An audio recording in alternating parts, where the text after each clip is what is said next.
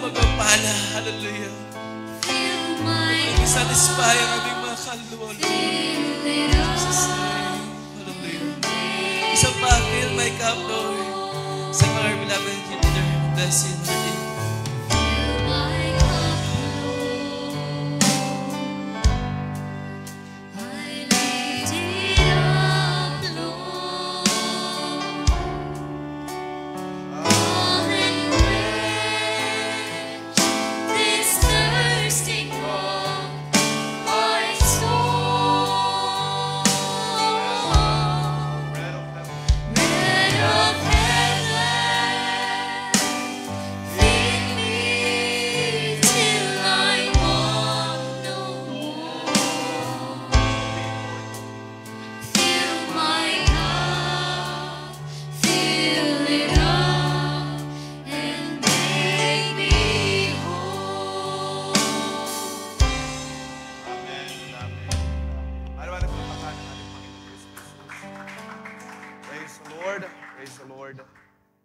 Yan ang desire ng bawat isa na tayo mapunan ng salita ng Diyos sa ating mga puso.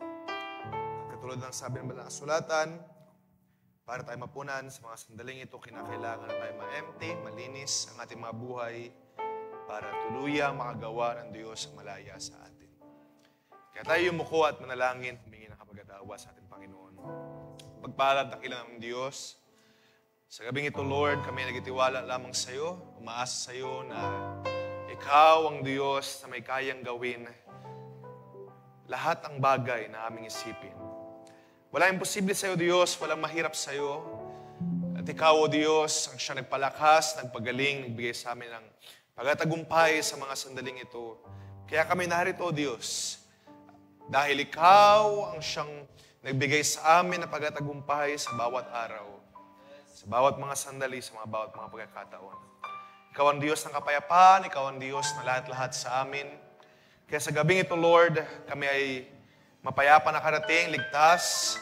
Iningatan mo aming mga daan, iningatan mo ang mga landas, papunta sa mga trabaho at pauwi, papunta sa mga pag-aaral, pauwi. Lord Jesus, nagpapasalamat kami sa mga sandaling ito na pinagkalooban mo kami ng lakas upang kami ay makatayo sa iyong presensya. Panginoon namin Diyos, sa mga sandaling ito kami lumalapit sa iyo, muli humihingi ng iyong habag at awa. Buksan mo ang iyong salita, buksan mo ang iyong kalooban. Magbukas ka, O Diyos, ng mga bagay na hindi pa namin nakikita. Sa gabing ito, Lord, niniwala kami na meron kang gagawing bagong paggawa.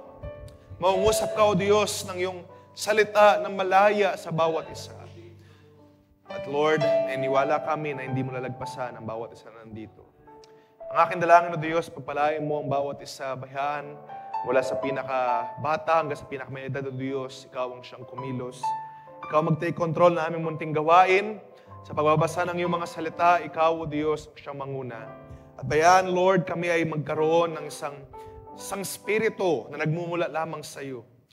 Ang iyong Santong Spirito ang siyang mag-take over sa aming mga buhay upang ang lahat ng mga karumihan, lahat ng mga kasalanan, lahat ng mga lapses, weaknesses, ito'y tuluyan ang maalis sa amin at kami ay lumakad ng malaya, lumakad ng may kalakasan sa mga sandaling ito at makinig ng iyong mga salita na tinatanggap ng buong buo mga bagay na inihanda mo sa amin sa gabing ito. Pagpalain mong bawat isa, Lord, ang mga nasa tahanan ay gayon din magpalain mo. At bayan, Lord, kami mag-enjoy sa iyong mga salita sa gabing ito at kami tumingin lamang sa iyo sa tapos mo ng ginawa. At iniwala akong pagpapala ay bubuhos mo sa bawat isa. Purihan ka, pasalamatan ka, O Diyos, dakilain ka. Lahat ng bagay na ito binabalik namin sa iyo, ang papuri, pasalamat, pagdakila. In the mighty name of our Lord Jesus Christ, we pray. Amen. Amen. Praise the Lord. Maaari ba tayo palapakan natin, Panginoon, mga kabata? Okay, pwede tayo makaupo. Okay, so pwede tayo makaupo.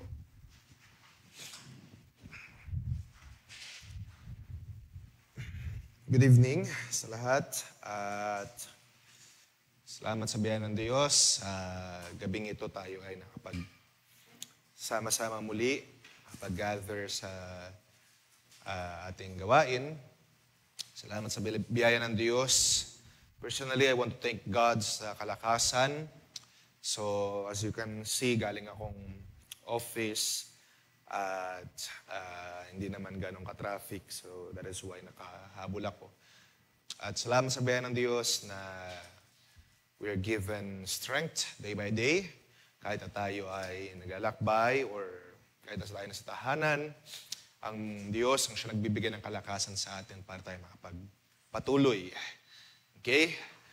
At ang mga gawain tulad nito ay mahalaga para sa atin. Perhaps pag tayo lumalaki or habang tayo nagpasimula ng gawain, hindi natin nakikita yung kahalagahan, yung essence ng mga ganitong pag-itipon. Ngayon pa man, as we grow in grace of the knowledge of God, we can see na every gathering counts. Lalong higit mga pagkakatipon ng kanyang mga banal dahil ang salita ng Diyos ay katulad ng sabi sa mga kasulatan, ito yung hindi lamang tayo mabubuhay sa tinapay lang, kundi sa bawat salita natin Panginoong Kristo Jesus. So kailangan natin ito mga kabataan, whether ikaw ay nagpapasimula and perhaps yung pag-unawa mo ay hindi pa ganong malawak, or kung ikaw ay matagal na naglilingkod sa ating Panginoon at or something in between, lahat tayo kailangan natin salita natin Panginoon. Para tayo lumagot, umibay sa pananampalataya, lalo na ang ating mundo ay pasama na ng pasama. Okay, so please include me sa inyong prayers. Hopefully by tomorrow ay matuloy na yung aking check-up kalooban ng Diyos. At sama niyo sa panalangin. Also as well, yung aking kapatid, si Gideon, as you can see, wala siya ngayon. May iniinda siya ngayon, masama pakiramdam niya. So, include him in your prayers as well.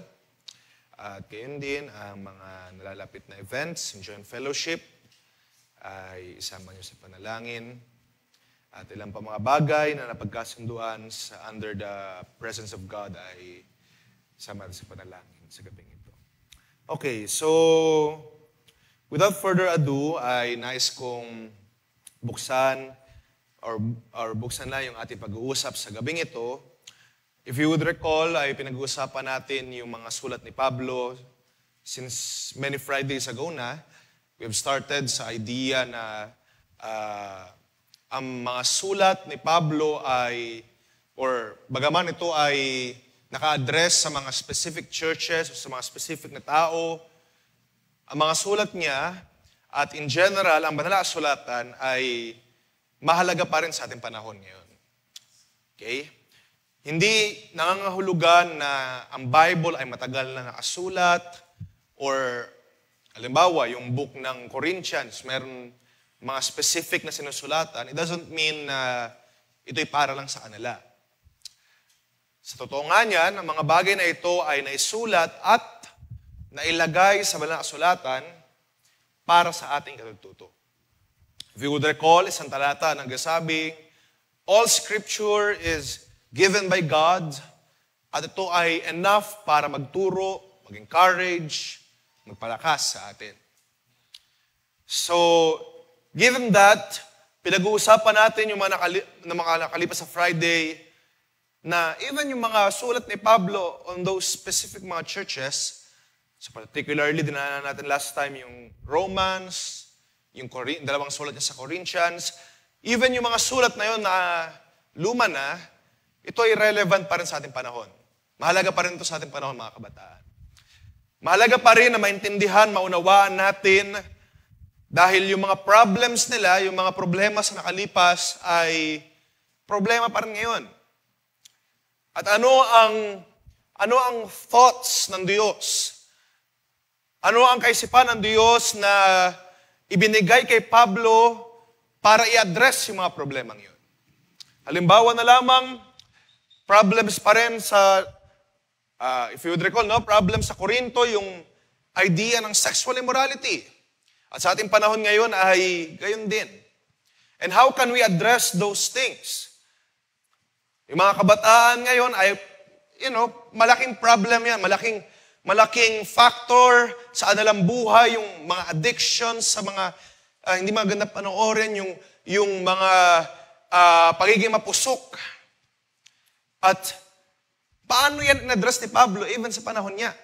Bagaman wala pa noon internet, wala pa noong widespread na general access, and yet, yung mga salita, yung mga advice, yung mga pagtuturo ay relevant pa rin. So kung kailangan natin ng advices ng mga pagtuturo, katulad ng sabi sa 2 Peter chapter 1, lahat ng bagay that pertains to godliness and holiness ay pinagkaloob na ng Diyos sa atin. At yan ay sa pamamagitan ng banal na kasulatan.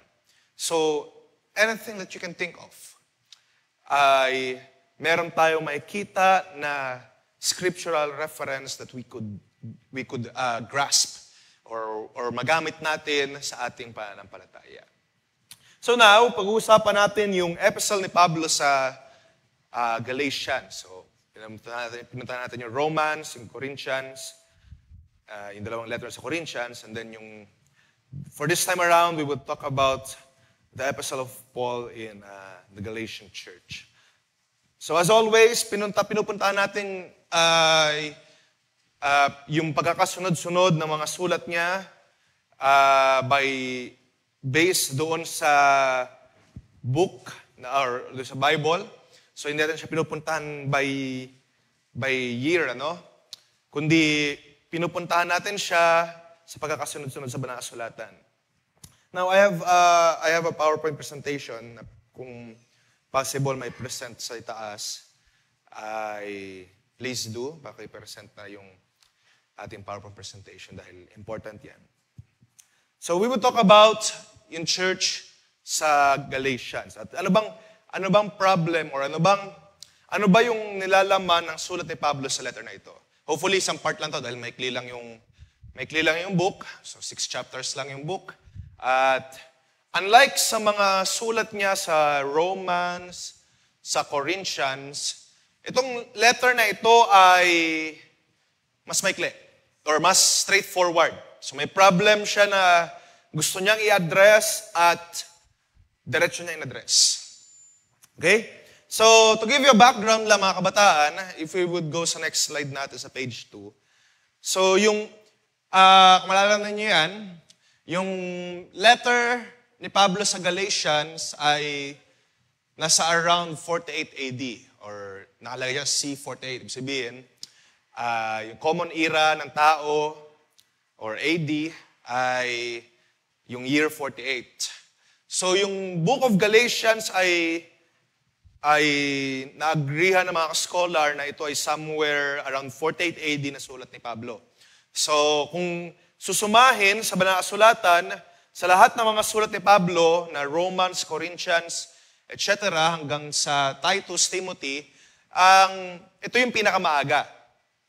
Okay? Isa ito sa pinakamaaga niyang sulat na at isa rin tong church ng Galatians or churches, pupuntahan natin, dahil itong Galatians na hindi lamang ito isang church, kundi it's a multitude ng maraming mga churches. So itong Galatians, itong letter ng Galatians, at yung mga churches within the Galatia, ay sila yung mga unang, sabihin natin yung mga unang na-found ni Paul na church. Okay? Nung unang si Pablo naglalakbay, nag-missionary trip, ay ito yung isa sa mga unang mga church.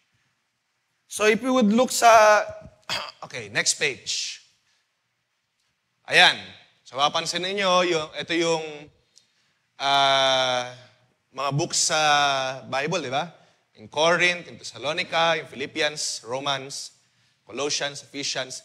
At mapapansin ninyo yung Galatia, wala siyang nung dot. Kasi yung buong area na yan ay actually tinatawag na Galatia. So sa next slide natin, okay, next slide. Ayan. So yung buong province na yan ay tinatawag na Galatia. At marami dyan mga cities na napuntahan ni Pablo on his first mission trip. So si Pablo, nung tinawag siya ng Diyos, remember yung story, diba? Acts chapter 9, nung tinawag siya ng Diyos, dumating yung liwanag sa kanya, nabulag siya, tapos pinagaling yung kanyang mata, at ang nangyari, nag-stay muna siya sa Jerusalem. Nag-stay si Pablo sa Jerusalem, at Habang tumatagal, of course, natututo siya kila Pedro, kasi sila Pedro yung talagang una nangangaral dun sa Jerusalem. So natututo siya kay Pedro, pero dumating yung panahon na kinakailangan na rin niyang umalis. Isinusugo na siya ng Diyos. So kung babasahin natin yung Acts chapter 13, doon tayo mababasa yung early stages ng pag-alis ni Pablo sa kanyang mga lugar, galing sa Jerusalem at saka doon sa surrounding areas. So let's go sa Acts chapter 13.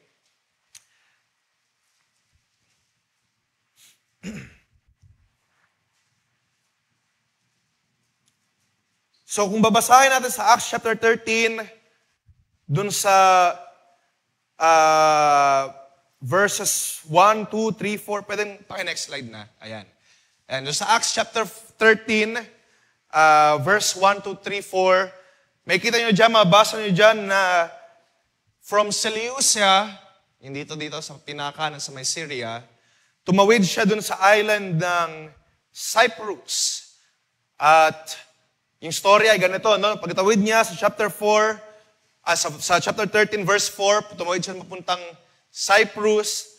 May damit sila dong tao na si Sergius Paulus. Tapos meron din dong magician or sorcerer sila na-meet na si Elymas. At nangyari, nung itong si Sergius Paulus ay gustong makarinig ng salita ng Diyos dun sa island ng Cyprus, itong si Elymas na magician or sorcerer ay parang ginugulo sila. Okay? Nagasalita ng hindi maganda at hinaharang nila si Pablo. Pinagsasabihan na hindi maganda. At sa madaling salita, na-rebuke siya ni Pablo. So na-rebuke siya dahil hindi naman maganda yung kanyang ginagawa. Dahil sorcery ang kanyang ginagawa. Na-rebuke siya at sa madaling salita, tumanggap itong si Sergius Paulus sa salita ng Diyos.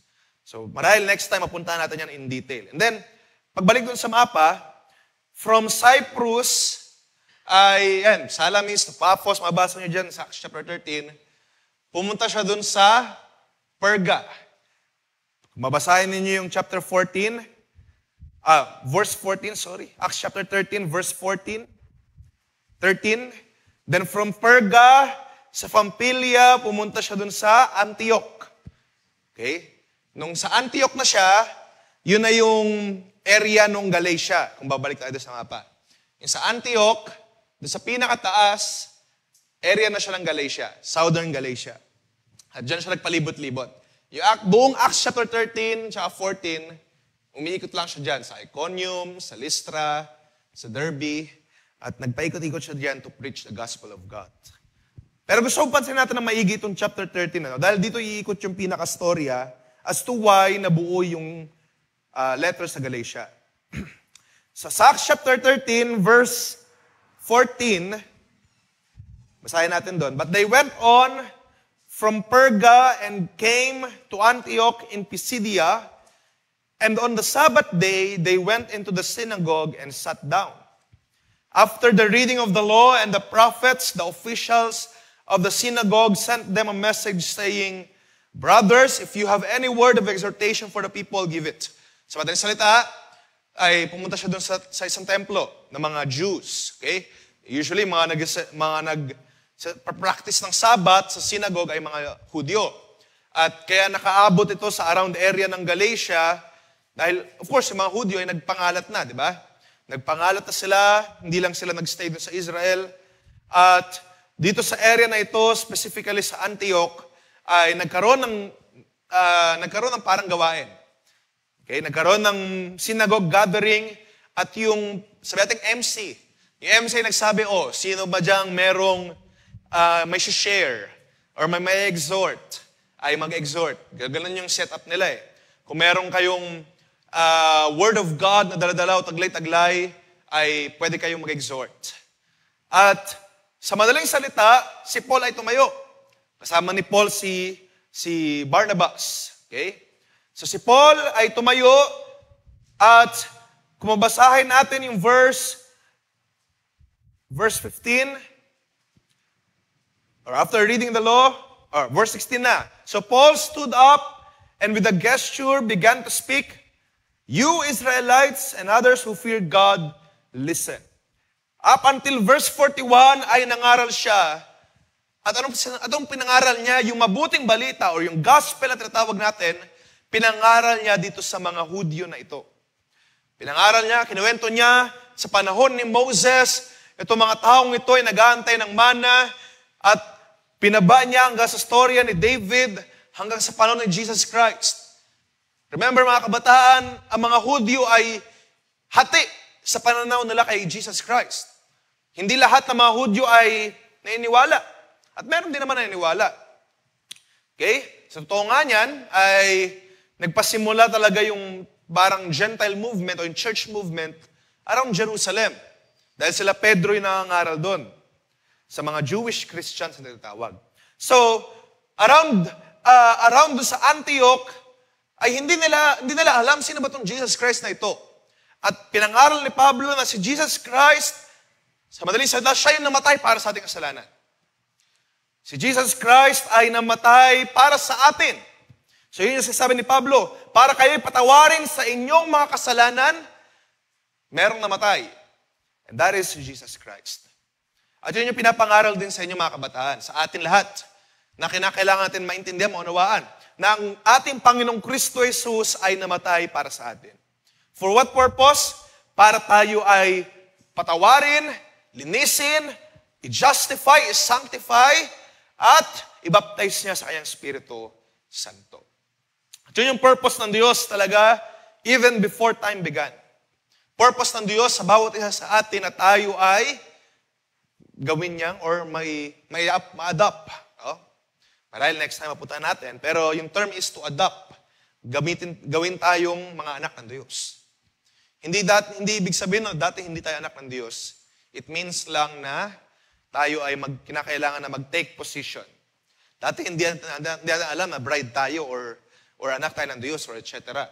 Pero this time around, nabigyan tayo ng awareness, nalaman natin na anak tayo ng ating Diyos at kinakailangan natin yun i-apply sa ating mga buhay. Okay? Kaya mayroong pagtuturo ng kabanalan, kaayusan sa atin dahil mga anak tayo ng Diyos at kinakailangan natin ma-apply yun sa atin. And that is what adoption does. Yun yung ginagawa ng adoption. So next time natin pupuntahan yan. So sa madaling salita, si Pablo ay nag-share ng ebanghelyo sa church na ito or sa synagogue na ito at after nila makarinig ng mga Hudyo na ito, natouch sila, na-bless. Sabi ng mga Hudyo sa verse 42, balik ka ulit, Paul.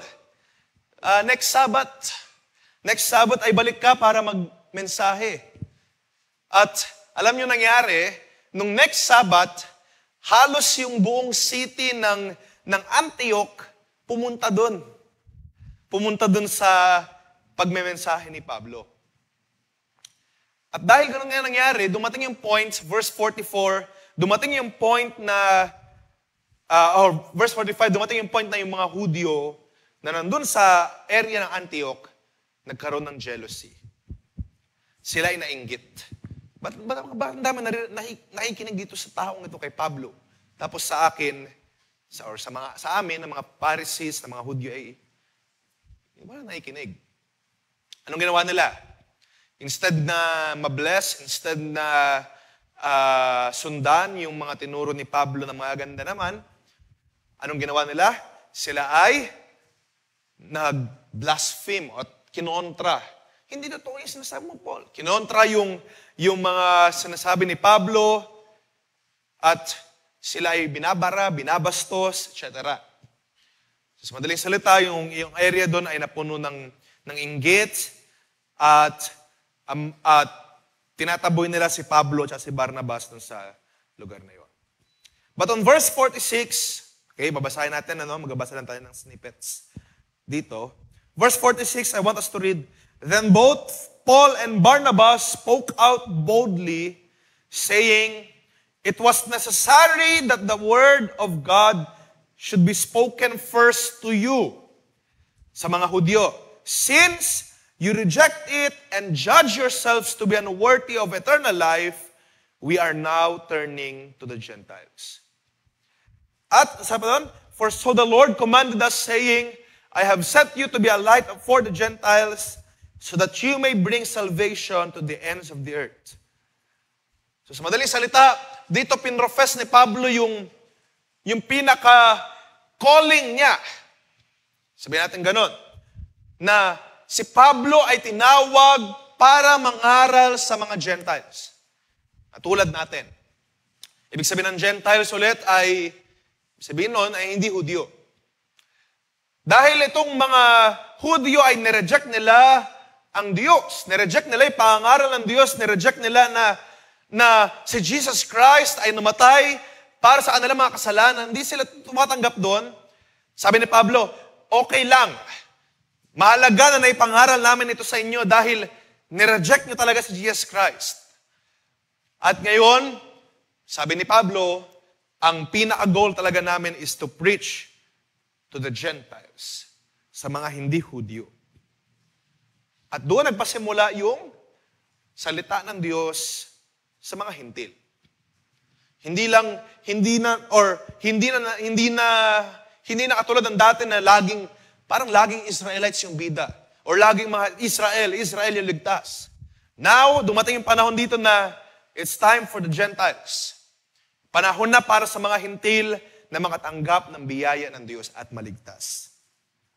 At kumalat yan, dyan nagsimula yung pinakauna na point na si Pablo ay nangaral sa Gentiles. Kumalat yan hanggang sa Pilipinas, hanggang sa ating panahon. Sa buong mundo ay nakatanggap ngayon ng salita ng Diyos because of this event. At kayo nakatanggap kayo ng salita ng Diyos dahil dito sa pangyayaring ito. Ba? Na lahat ng Gentiles ngayon ay nakakita kung anong ginawa ng ating Panginoong Kristo Jesus sa atin. So this is the first event, or sabihin ko lang historic event.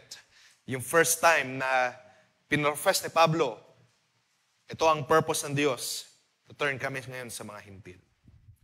So nung mga narinig ng Gentiles yun, sa verse 48, na-bless sila. Salamat. Wow. Nagalak sila. They were glad.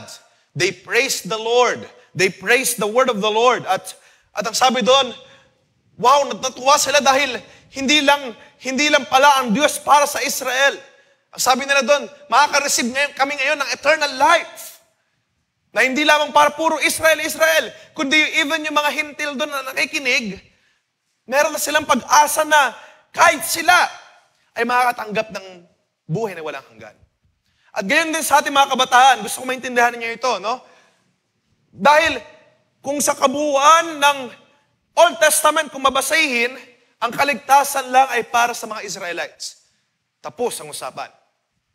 Kapag di ka lahi ng Israelites, anong mangyayari sa'yo katulad ng mga kalaban nila? Papatayin ka.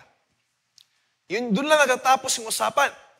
Pero dahil ngayon, ang Diyos ay nahabag at bumaling sa mga Gentiles, tulad natin, meron tayo ngayong kaligtasan. Kayo ngayon ay nakaranas ng kaligtasan. Pagpapatawad, paglilinis, paghuhugas sa inyong mga kasalanan. Okay? So yun yung, doon nagsimula na sila Pablo, sila Barnabas, ito na yung kanilang mission, naset na ang kanilang goal, na ipangaral ang salita ito ng Diyos sa mga hintil. At sabi doon, sila na mga tatanggap, sila na mga maikinig at tatanggap ng salita ng Diyos, sila ay makakatanggap ng buhay na walang hanggan. At verse 49, yung salita ng Diyos na yon ay kumalat from that region. Pero syempre, hindi pa patinag yung mga Hudyo. Nung narinig ng mga Hudyo yun, lalo silang nagkaalit, lalo silang nainis.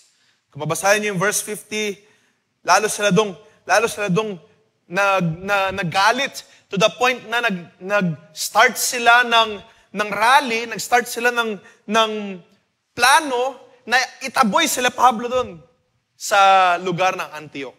So, syempre, dahil tinaboy sila, napunta na sila Pablo doon sa next na lugar, which is doon sa Iconium. Okay? So, ganun din nangyari. Pagkapunta na sa Iconium, ganun din nangyari ulit. Nangaral, tumanggap yung mga Gentiles, yung mga Hudyo na galit, tinaboy ulit sila. Pumunta ngayon sila sa Lystra. Same thing din. Pumunta sila sa Lystra, nangaral sila, Yung mga Gentiles tumanggap, yung mga Hudyo, yung ilan siguro, hindi naman siguro lahat. Pero yung ilan na Hudyo, nagalit, tinaboy ulit sila, pumunta naman sila dun sa Derbe. Ganun din, tapos nagpaikot-ikot na sila dun sa around the cities of Lycaonia. So around surrounding areas ay nagpalibot-libot lang si Pablo. Nangaral, may mga tumanggap, may mga hindi. Yung mga hindi tumanggap, nagalit kay Pablo, tinaboy sila. So, kung pupunta tayo sa chapter 14, babalik tayo dun sa story natin sa Lystra, no? So sa Lystra ay... salin niyo muna yung phones niyo. Sagutin niyo na yan, baka kinakailangan na sagutin. So sa Lystra ay... kung pupunta natin yung chapter 14, ay, ang sabi doon, dumating yung point na sa Lystra ay meron dong isang crippled man. Okay, meron dong isang lumpo. At si Pablo at si Barnabas nanalangin para dito sa lumpong ito. Sa madaling salita, dahil ang salita ng Diyos ay totoo, nakalakad itong lumpong ito. Tapos nung pinagaling niya, ni Pablo itong lumpo, akala ng mga tao sa Lystra na si Pablo at si Barnabas ay mga Roman gods. Akala ng mga tao sa Lystra ay si Pablo ay si Mercury. Alam niyo yung Mercury na planet, di ba? It is named after a god. At yung Mercury is a god of, a messenger god. Siya yung tagapagdala ng mensahe. At akala ng mga taong ito, si Pablo, si Mercury, at si Barnabas, dahil hindi siya nagasalita, akala nila si Jupiter. Siya yung parang Diyos, tapos si Pablo kasi si Pablo yung pala salita eh. Akala nila si Pablo, si Mercury, yung may tagapagdala ng mensahe, tapos si Barnabas yung nakatayo lang, siguro ganun lang, nakapamewang. Akala nila siya si Jupiter or parang Zeus. No? Akala nila siya yung Diyos. So yung mga taong ito ay sa madaling salita, sumamba kila Pablo, kila Barnabas dahil akala nila Diyos to. At siyempre si Pablo ay hindi makapaniwala. Verse 15, verse 16, 17, 18. Hindi makapaniwala. Ang ginawa ni Pablo, sinira niya yung kanyang damit. At sabi niya, bakit nyo ginagawa sa amin ito? Bakit nyo kami ginagawang Diyosan? Mga tao lang din kami tulad ninyo. Verse 15, no? Ang basahin ninyo. Mga tao lang din kami tulad ninyo. Bakit nyo kami ginagawang Diyos-Diyosan? Pero sa verse 18, nakakalungkot, ay walang pakialam yung mga tao. Basta si Zeus yan, si Jupiter yan, ay mag-alay lang kayo dyan. So umalis na lang din sila Pablo sa area na yan. At parang comics no? After nung pag-alis nila doon, sakto naman dumating yung mga Jews na humahabol sa kanila. Pagdating ng mga Jews, ganun ginawa. Tinaboy ulit sila. Actually, dito sa point na ito ay binato nila si Pablo. Ito si Pablo ay blasphemer yan. Siya ay ganitong ginagawa against the word of God. So binato nila si Pablo. To the point na akala nila si Pablo ay patay na. Dahil syempre, pag binato ka ng bato, ay mahihirapan ka, masaktan ka. So binato si Pablo ng bato hanggang sa akala patay na. Pero salamat na lang sa biyaya ng Diyos, may mga ilang kapatiran na tumulong sa kanya, pinoprotektahan para maka-alis ulit, makatakas doon sa lugar na yun. So imagine that. Imagine kung gaano kalaking persecution ang kinakailangang harapin ng isang Christian at that time. So hindi biro. Kung tayo nga, sometimes nahihiya lang tayong sabihin na Kristiyano tayo. Nahiya ka kasi baka close-minded yung classmates mo or baka pagtawanan ka, kutyain ka. Pero sa panahon na ito, kapag binanggit mo na ikaw ay Kristiyano, possible na ikaw mamatay. Sa atin ngayon, ayaw lang banggitin ng isang kabataan na siya ay Kristiyano dahil baka lang mapahiya. Ayaw niya na makita siya na may kabanalan. Ito yung mga natutunan sa banasulatan. Dahil baka lang ma-ostracize, or mapahiya, or itaboy, or ilayo ng mga kaibigan. Whereas on this time, kapag sinabing Kristiyano, life and death, yung kainatan natin. So imagine nyo yan while living sa mundong ito at kinakahiya natin ang ating Panginoong Kristo Jesus. Imagine yung mga tiniis nila Pablo. Totoo, hindi na natin mararanasan yan, nababatuhin.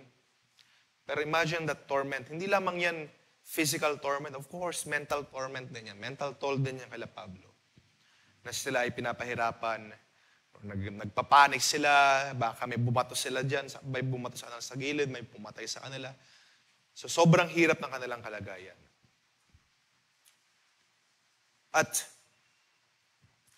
And yet, alam natin si Pablo, sabi doon, nagpatuloy lang sila.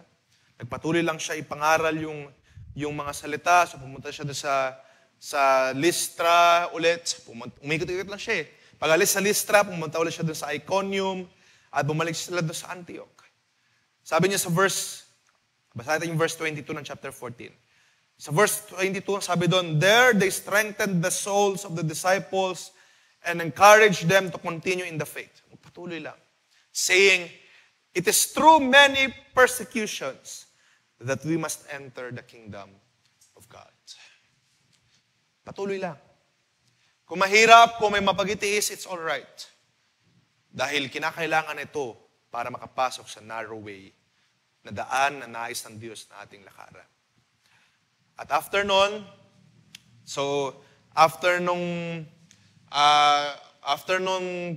pangyayari na yun, na halos mamatay na siya, syempre, nag-decide na silang umuwi. Doon sa, kung babalik natin yung mapa natin kanina, pabalik doon sa Antioch din. Pero Antioch in Syria na. So may Antioch sa kabila, may Antioch din doon sa taas. Huwag kayo malito. So may pagbalik niya, or after nung pangaral niya doon sa around sa area ng Galatia, umuwi na siya doon sa around Syrian na part.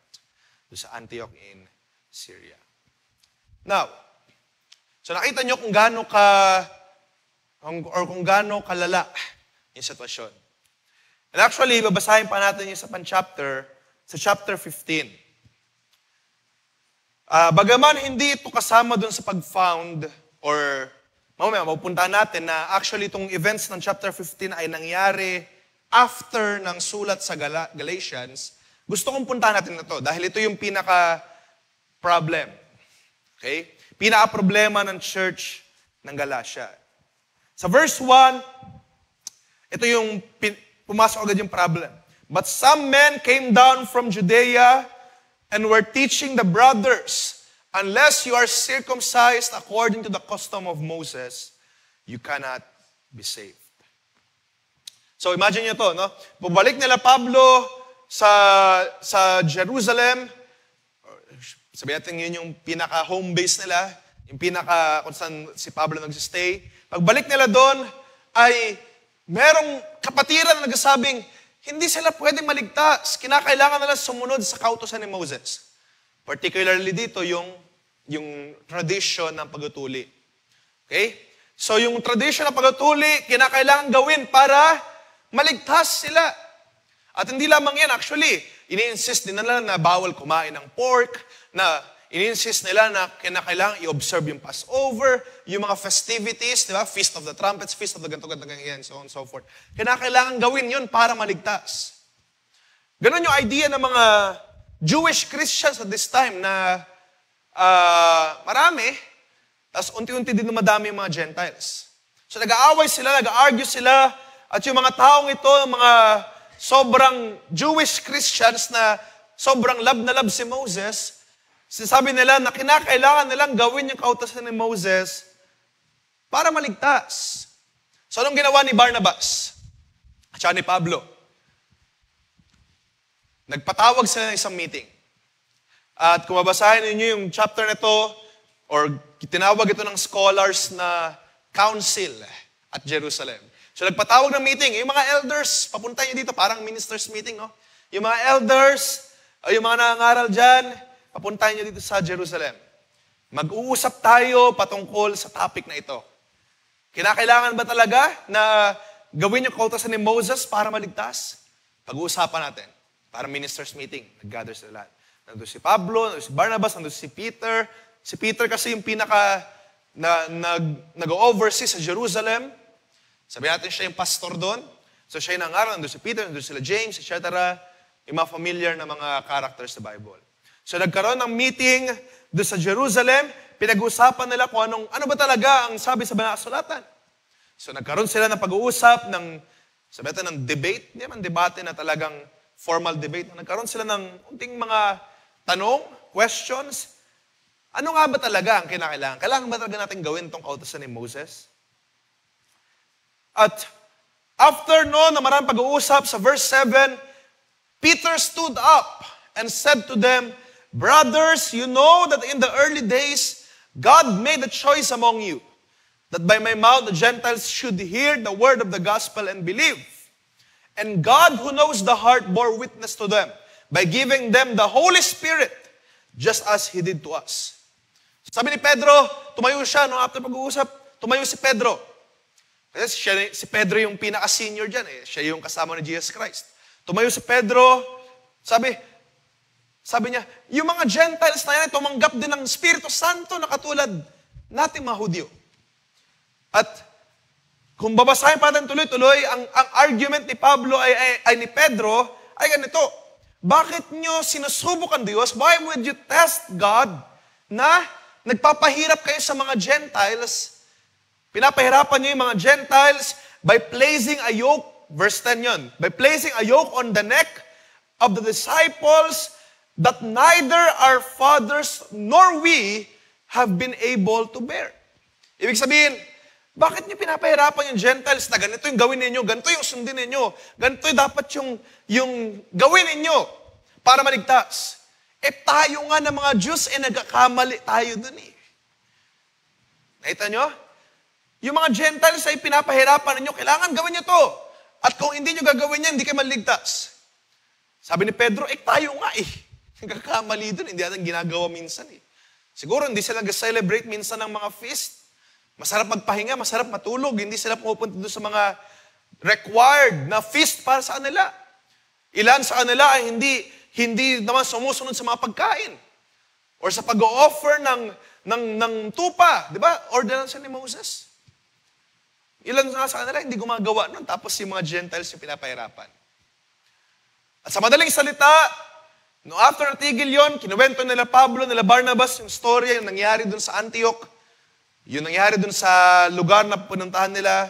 After that, nagkaroon sila ng decision. Okay, nag-agree sila na magpadala ng sulat doon sa mga churches na kanilang napuntahan at na pangaralan ng salita ng Diyos. Okay, from now on, hindi na natin kinakailangang i-enforce sa mga Gentiles itong mga rules na ito para maligtas. Dahil hindi ito biblical, hindi ito nakasulat sa banal na kasulatan, hindi ito yung nais ng Diyos. So from then on, nagkaroon sila ng agreement.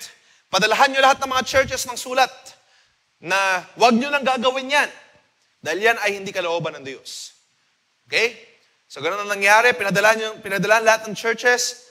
Ang sabi dun sa sulat, actually kung babasahin natin word for word, verse 19, ang sabi dun, "My judgment is that we should not trouble those of the Gentiles who turn to God." Pinapahirapan nila yung mga Gentiles na tumatanggap sa Diyos by insisting na kinakailangan gawin ito, gawin ganyan. "But should write to them to abstain from the things polluted by the idols and from sexual immorality and from what has been strangled and from blood." Okay? Next time, makapunta natin siguro yan kung bakit may mga naririnig kayo, bawal dinuguan, bawal ganito, ganyan. Dahil from this time sa panahon nila Paul, nag-agree sila. Okay, hindi dapat pahirapan ng mga Gentiles na sundin yung kautosan ni Moses. Ang kinakailangan lang nilang gawin at ng bawat isa sa atin na wag makisama sa mga Diyos-Diyosan, umiwas sa mga sexual immorality. Di ba? Problema pa rin yan sa ating panahon ngayon. Umiwas dyan at mag-abstain sa mga ino-offer ng Diyos-Diyosan, mag-abstain din sa dugo. Okay, so dito yon nagsisimula. Dito yon nagsimula yung sa panahon nila Paul. Kung bakit may naririnig kayo na bawal yung dugo or hindi pwede kumain ng dugo. So, lahat ng mga churches ay pinadala nila ng sulat na ito. Huwag nyo na itong gagawin. So, madaling salita, yung issue ng mga tao na yung mga Jewish Christians na nag-i-insist o yung nagpupumilit sa mga Gentiles na gawin yung kautusan ni Moses, dito na naresolba. Nung naresolba na, nagpadala ng sulat, okay, once and for all, hindi kailangan yan para maligtas. So, solve na yung problema. At actually, itong chapter 15 ito yung nangyari before or after nung isulat ni Pablo yung Book of Galatians. Pupunta na tayo sa Galatians. Saglit na naman yun. Kung pupunta natin yung Galatians, itong book na ito ay sinulat after ng mga events or before ng mga events na sa chapter 15. Bago sila nagka-agreehan na ito yung dapat natin gawin. Huwag nyo nang i-insist sa mga Gentiles yung kautusan ni Moses. Pero bago yon, problema na yan dati pa. Ano yung mga problems ng mga Gentiles? Or anong problem ng church na ito? Kung babasahin natin yung sa PowerPoint. Ano? Anong problem ng church na ito? So yung una, yung problem nila is yung mga Jewish Christians or tinatawag dito na Judaizers, gusto nilang ipilit na gawin yung mga kautusan ni Moses para maligtas. Gawin ng mga Gentiles yung mga kautusan ni Moses, pagutuli, yung pagkain, yung mga festivities, gawin nila yon para maligtas. Yun yung una nilang gusto. Sa pangalawa, ini-influence ng mga Jewish Christians itong mga churches na ito para sundin sila. Okay? Yun nga, yung pinapuwersa yung bawat hintil. Tinatakot. Sabihin, sige ka, pag di mo ginawa to, hindi ka maliligtas. So, gano'n yung nangyayari sa Galatians at yung mga problems. At lastly, dahil nga yung ibang mga Gentiles, bakit gano'n? Akala ko ba tinawag kami sa kalayaan? Bakit nyo kami parang inaalipin? Pinipilit nyo kaming gawin ito, gawin ganyan. So, nagatalo sila. At walang katapusang pagkatalo. Di ba, pinunta natin sa Romans, naalala nyo? Ganon din yung problema eh. At itong problem sa Galatians, inaddress ni Pablo sa kanyang sulat dito. So yung buong Galatians, inaddress lang ni Pablo itong problems na ito. Pertaining sa mga taong nagpupumilit na gawin ng mga bagay para maligtas. So anong relevance sa ating panahon? Baka kasi isipin ninyo or akalahin ninyo na by doing kung anong sinasabi ng religion ay merong kaligtasan. Hindi po ganon, mga kabataan. Hindi tayo maliligtas ng paggawa lang ng sinasabi ng sino man. Kundi kinakailangan gawin natin ang kalooban ng Diyos. Hindi tayo maliligtas dahil narinig mo bawal sa church. Kanina may discussion, or hindi naman discussion, no? Napadaan lang sa pag-uusap namin. May meeting kami kanina, mga ka-teammates ko. May meeting kami at nadaanan namin sa pag-uusap kung anong stance nila sa dinuguan.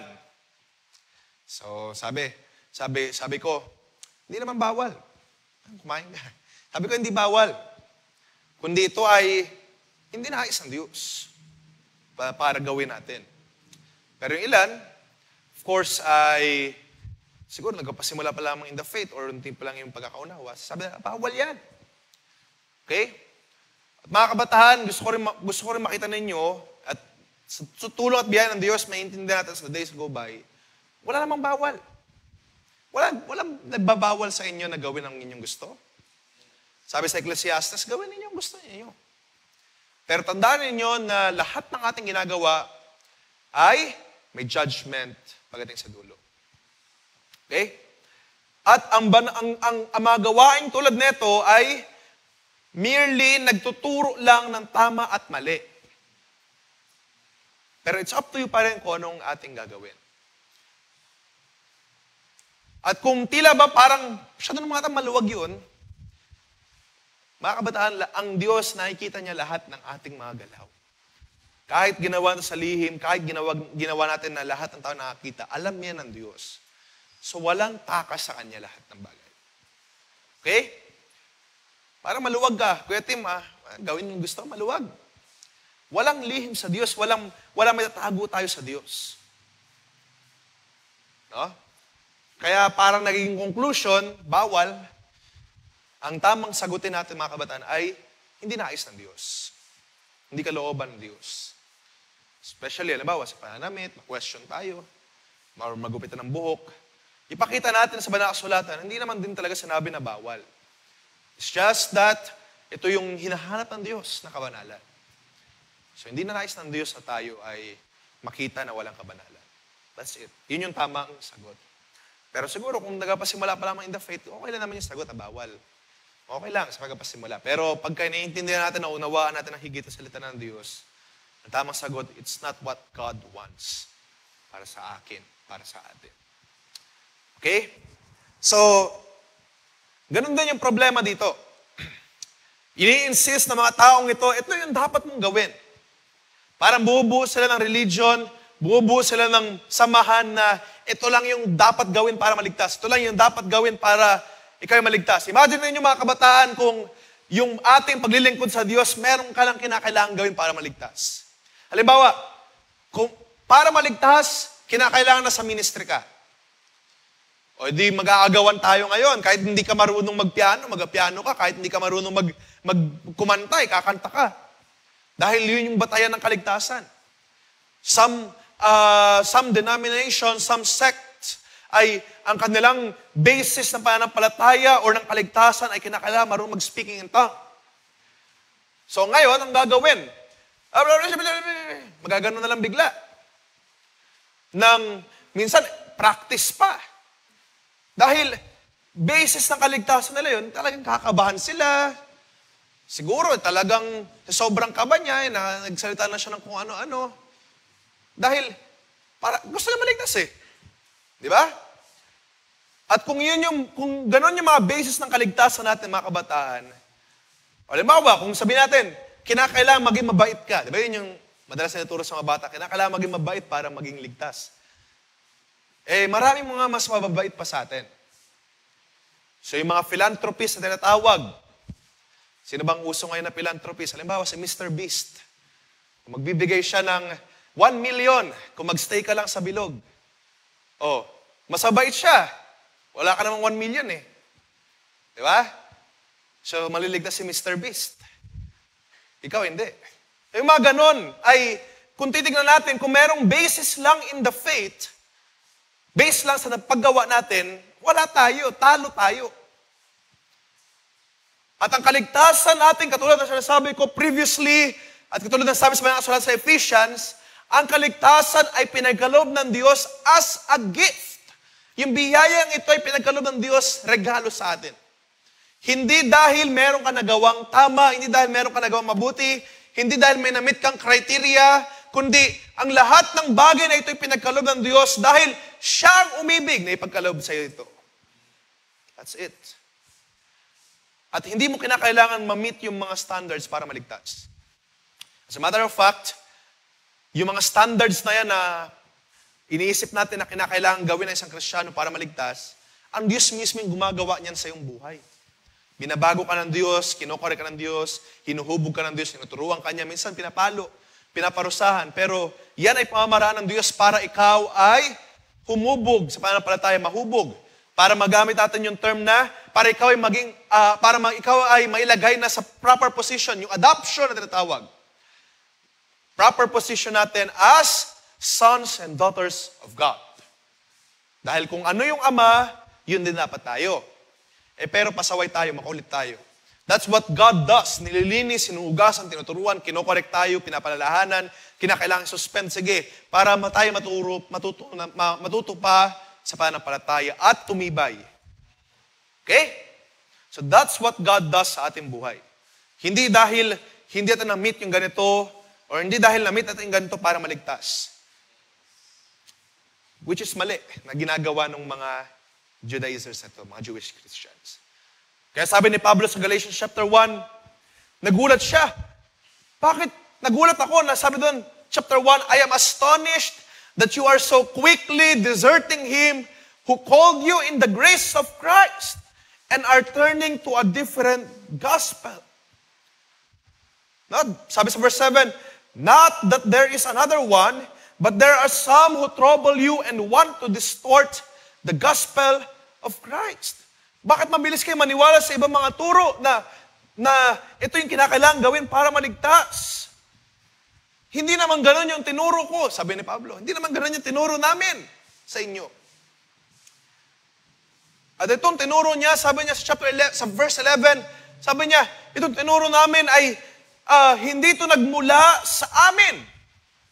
It is not from any man. Verse 12, sabi doon, I did not receive it from any man, nor was I taught it, but I received it through a revelation of Jesus Christ. So yung mga nangaral sa atin, mga nagtuturo sa atin, hindi nila tinanggap dahil nag-aral sila, nagsumikap sila, nagkaroon ng ano ba yung termino doon? Naalala ko yung termino sa cartoon sa nag-brain blast. Wow! Marami ako natutunan dahil sa pagbabasa ko. Hindi ganon. But, ang mga revelation na ito ay natanggap nila mula sa pagpapahayag ng ating Panginoong Kristo Jesus. Yung pagtuturo ng mga pangaral, yung mga pagtuturo sa atin, tinanggap yan, nanggaling yan mula sa ating Panginoong Kristo Jesus. At ito turo ni Pablo ay tama, pero itong mga taong ito, ini-insist na ito yung kinakailangan gawin para maligtas, hinahalo nila yung kanilang sariling mga agenda. Hinahalo nila yung kanilang mga sariling mga turo. So nalungkot si Pablo. Actually, letter na ito ay malungkot siya, galit. Bakit kayo ganyan? Bakit anong nangyari sa inyo? Sabi ni Pablo, kung mapapatuloy natin basahin, sabi niya, dati rin naman akong persecutor, dati rin ako nalayo, nagkamali. Pero nung tumanggap siya ay Kristo, hindi naman siya lumapit sa tao para matuto. Siya ay lumapit pa sa Diyos. Nung lumapit siya sa Diyos, doon siya higit natuto sa salita ng Diyos. Okay? Kung gusto natin matuto pa sa Diyos, matutunan pa kung anong kalooban ng Diyos, matutunan pa ang mga bagay na patungkol sa Diyos, then lumapit tayo sa Diyos.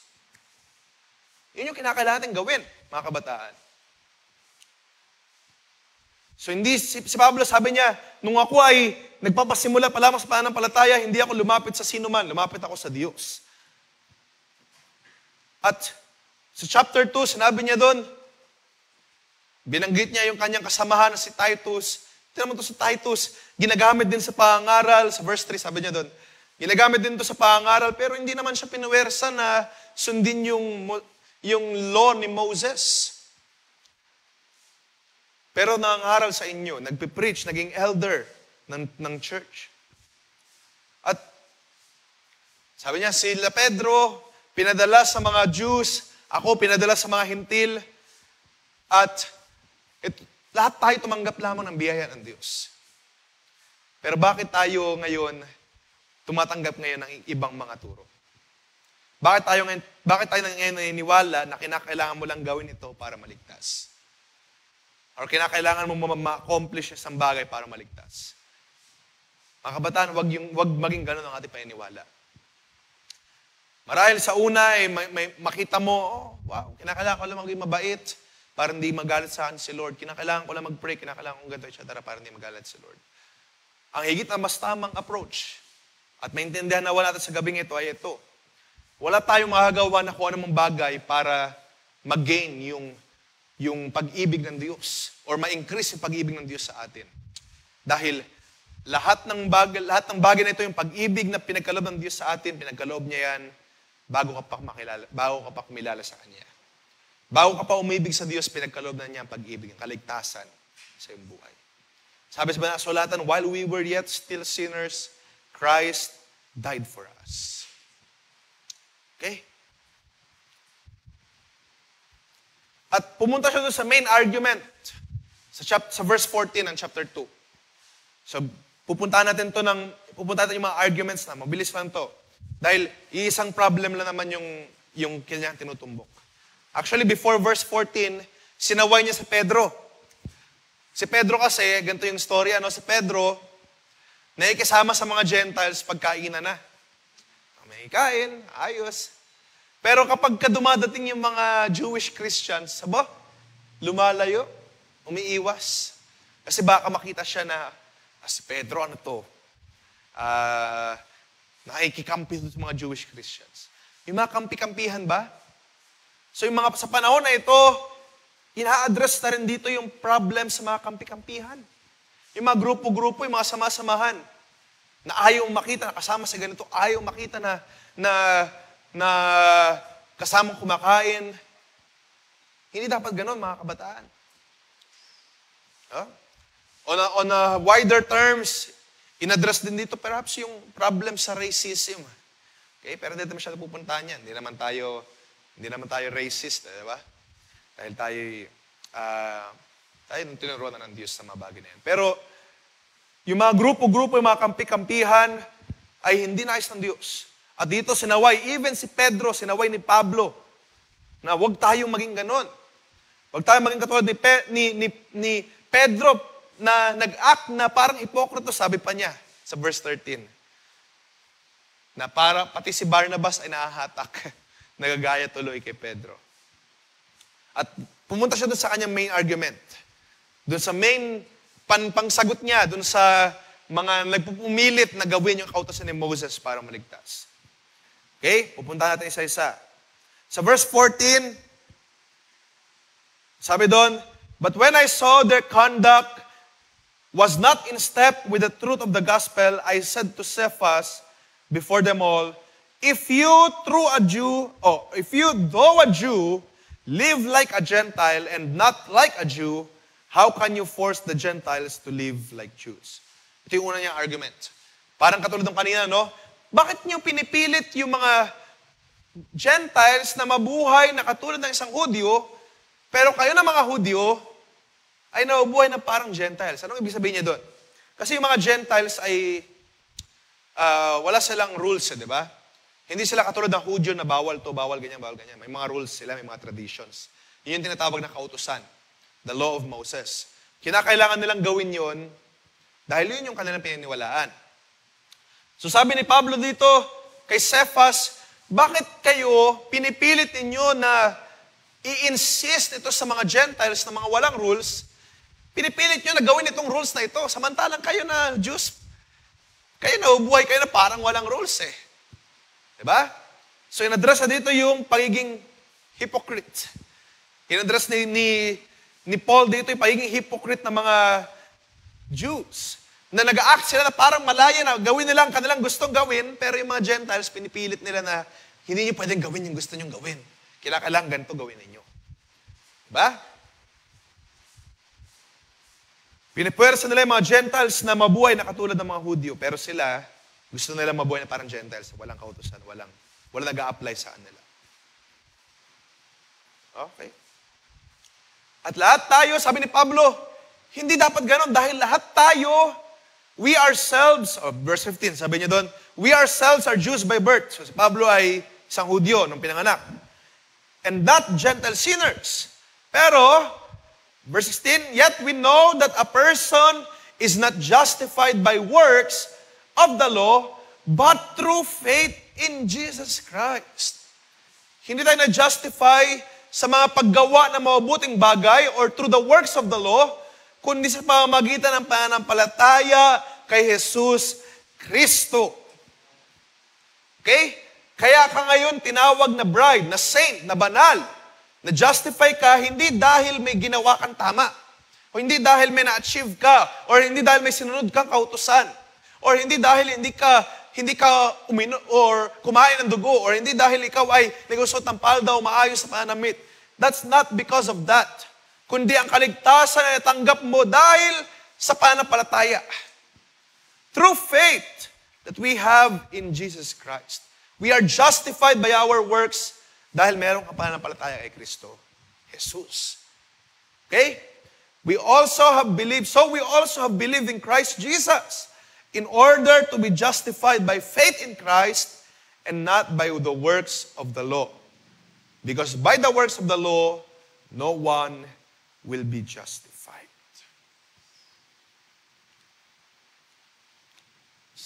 Merong argument dyan si Pablo, marami pang mga talata, no? Hindi ko na take note. Pero sa Romans, ang sabi doon, yung kautusan ay nilagay, pero walang sino man doon yung,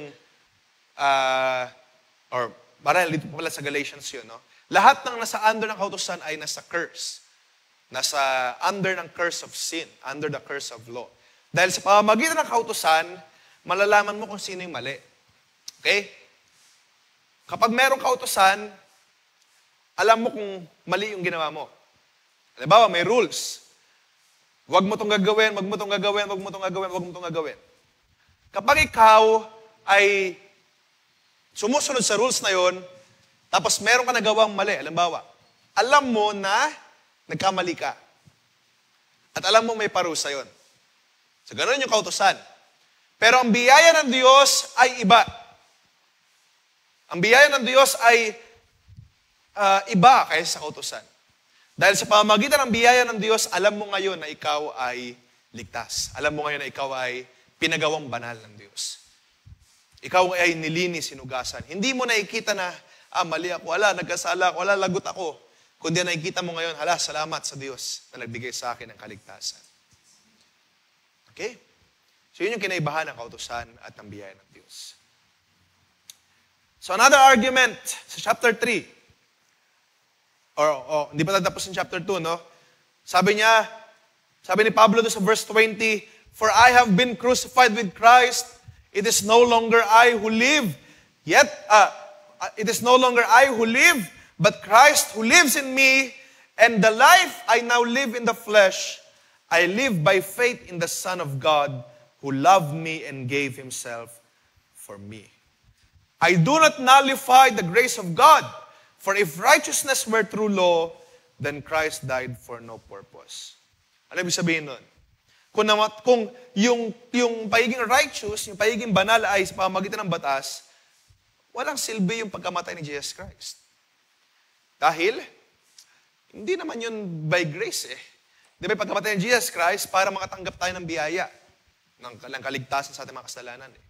Pero kung yung kaligtasan pala ay mausumpungan lang sa law, adi, para saan pa namatay si Jesus Christ? Kung kailangan mo lang palang gawin yung kautusan. Eh dapat yung kautusan na lang yung in-insist, no? Sinulat hanggang sa ating panahon ngayon at ginagawa natin. Pero hindi nga ganon. Kaya dumating si Jesus Christ para, hindi naman para i-break yung law, but to be above the law. At siya yung biyaya ng ating Panginoong Kristo Jesus yung nagligtas sa atin. Sa pamamagitan ng kautusan, lahat mamamatay. Okay? Dahil tayo nagkasala, nagkamali, nagkulang, ang parusa niya na ay kamatayan. Yun yung kautusan. Pero sa pamamagitan ng biyaya ng Diyos, hindi tayo mamamatay. Lahat tayo makakasumpong ng buhay na walang hanggan. Yun yung biyaya ng Diyos na ating natanggap. Okay? Second argument niya, sabi niya sa chapter 3, he goes on by saying, nagtanong siya, si Abraham ba, anong tinanggap niya? Paano niya tinanggap yung pangako? Tanungin ko kayo mga kabataan, paano tinanggap ni Abraham yung pangako? Sa pamamagitan ba ng paggawa sa kautusan o sa pamamagitan ba ng pananampalataya? Ano sa tingin ninyo? So kung babalik kayo sa story ni Abraham, ano nangyari, di ba? Si Abraham ay nag-alinlangan. Si Abraham ay nagkaroon ng anxiety. Lord, ang dami ko ng resources pero wala naman akong anak. So, anong ginawa ng Diyos? Pinalabas siya, di ba? Tingnan mo yung mga bituin. Ganyang karami magiging offspring mo. At ikaw, Abraham, pagpapalain ko, may pangako ang Diyos kay Abraham. Ikaw, Abraham, pagpapalain kita. Ang iyong offspring ay pagpapalain ko. So, paano tinupad yun ng Diyos kay Abraham? O paano niya tinatanggap yung reward, yung promise? Paano tinanggap ni Abraham? Dahil ba sa paggawa niya ng mabuti? Mabuti naman si Abraham. Pero hindi lang doon. Hindi lang dahil doon. Kundi, sabi sa verse 6, Abraham believed God. Nanampalataya siya, naniwala siya sa sinabi at pinangako ng Diyos sa kanya. At sabi doon, it was counted to him as righteousness. So dahil naniwala na nampalataya si Abraham sa Diyos, kaya tinanggap ni Abraham yung pangako. So yung kaligtasan, which it means, yung reward ng yung pangako ay matanggap natin hindi lamang sa paggawa ng mabuti, hindi lamang sa paggawa ng kautusan. We have received these blessings dahil ang Diyos ay nangako at tayo ay sumampalataya sa pangakong yun. Natanggap mo yung kagalingan, di ba? Nabasa natin dito, pinangako ng Diyos. Sa pamagitan ng lahat natin, Panginoong Kristo Jesus, tayo nagsagaling. Paano mo natanggap? Marami tayong mga pagkakamali. Marami tayong mga kasalanan. Bakit buhay pa tayo ngayon? That is because of the grace of God sa ating mga buhay. Marami tayong mga pagkukulang, di ba? Marami tayong mga faults. Pero hindi ka pinabayaan ng Diyos. Iningatan ka, pinalakas ka, pinasinuplayan ka ng mga pagpapala. Why? We did not receive the promise of God dahil sa ating mga mabuting gawa. But we have received it because God is gracious sa ating mga buhay. Okay? So yun yung argument ng pangalawa ni Pablo. Sabi niya sa verse 10, ito yung verse na tinutuloy ko kanina, no? All who rely on the works of the law are under a curse. For it is written, cursed be everyone who does not abide by all things written in the book of law and do them. Yun nga sabi ko. Kasi kapag nagkamali ka sa isa, automatic curse na yun, sumpa, kamatayan na agad. Sabi sa Romans, for the wages of sin is death. Yung sahod, yung resulta ng kasalanan ay kamatayan. Now, it is evident that no one is justified before God by the law. For the righteous shall live by faith. Wala maligtas sa kautusan eh. Lahat nagkamali, lahat nagkasala. Kaya this time around, ang pinangako ng Diyos ay biyaya. At ang kabanalan, ang righteousness, at ang mga pinabanal ay mabubuhay ngayon sa pananampalataya. Okay?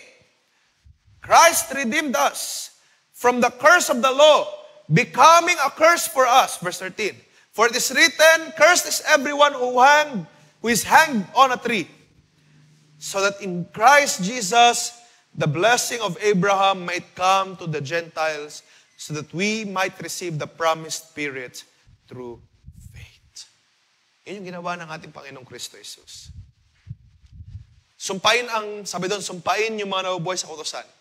Kaya ang ginawa ni Christ Jesus, inari niya yung sumpa sa kanyang sarili. At siya yung napako sa krus. Para tayo ay hindi na makaranas ng sumpa. Dahil sabi ko nga, bunga ng kasalanan, kamatayan, yun yung dapat nating makuha, kamatayan. Pero dahil si Jesus Christ ay namatay sa krus, lahat ng sumpa ay inari niya. Para kapag ikaw ay, sabi natin namatay ka, hindi ka mamamatay eternally or forever or hindi naman, walang eternal death, pero hindi ka dead lang, tapos na. Kundi, after natin mamatay sa mundong ito, ay yung eternal life ay nag-aantay sa kabila. At most of us ay hindi na makakaranas ng kamatayan sapagkat ang ating Panginoong Kristo Jesus ay malapit na bumalik. Okay? Another example pa ni Pablo sa chapter 3 ng Galatians.